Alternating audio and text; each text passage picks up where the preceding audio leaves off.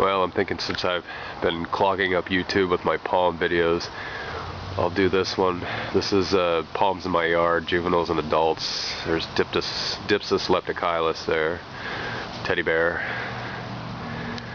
Got a what I think is a green form Bismarckia, planted a little too close to the fence for as big as they get, but I rescued this one from a trash heap, so I'm sure it's just glad to be alive. Pseudophoenix sargentii with a Thai chili pepper growing up along with it. Pepper seed was smuggled in from Thailand, so it's good peppers, nice and spicy. This is Alligoptera caudescens, formerly Polyandrococcus, and right there's a leaf of the Alligoptera campestris, and it's a much daintier, finer form than the other Alligoptera that I'm familiar with. It's very young though, so I don't know how it's going to turn out.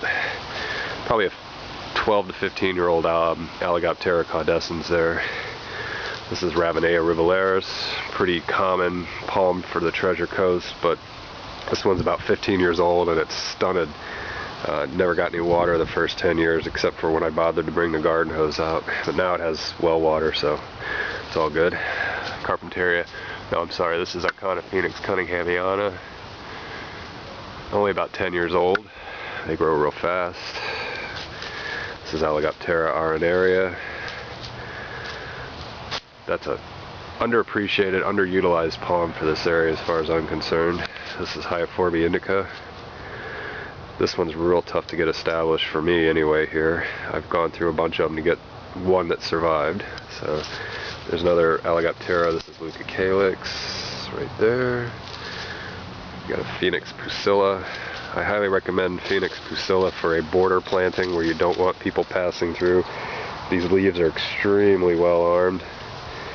Very, very spiny. Syagris ornacensis. I'm a big Syagris person, so there's a lot of them in my collection. Syagris amara. Big Roystonia erasea. Probably about 15, 16 years old. There's this was sold as Sable Riversides. Now I believe Sable Mexicana is the accepted term for that. Carpentaria acuminata. These are marginal, but they grow so fast that if they get crapped out in a cold snap, that you can get another one going pretty quick. But they hang in here. All of them made it through the last winter, and they look fine. And I know others that were in much colder, more exposed areas. This is Carpoxylon macrospermum. My neighbor reports that they're water thirsty, water dependent, so bear that in mind when you plant them. This one's been doing alright. It's been in the ground just one growing season, and that's the Vidia peruviana growing with it there. I should cut that out so they don't compete. And let's see, yes, of course, Maypan coconut, have to have one of those. And there's Heterospade alata. I'm filming into the sun, so I don't know if that's going to show real well, but I like Heterospade alata. That's a nice one. This is the window form of Beccaria phoenix. This is shade stunted.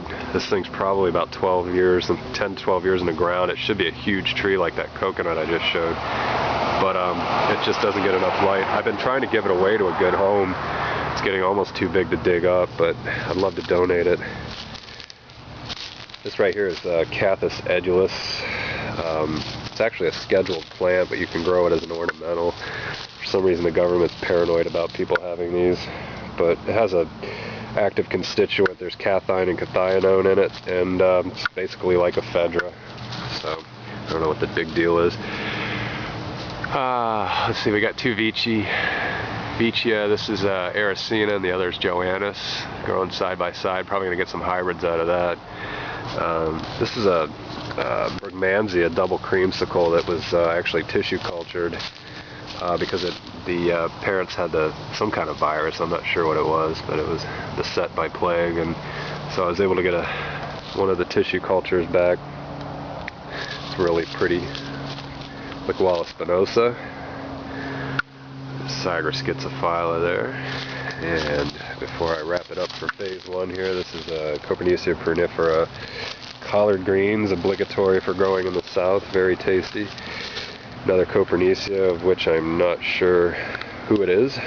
So that I'll stop here and continue on another tangent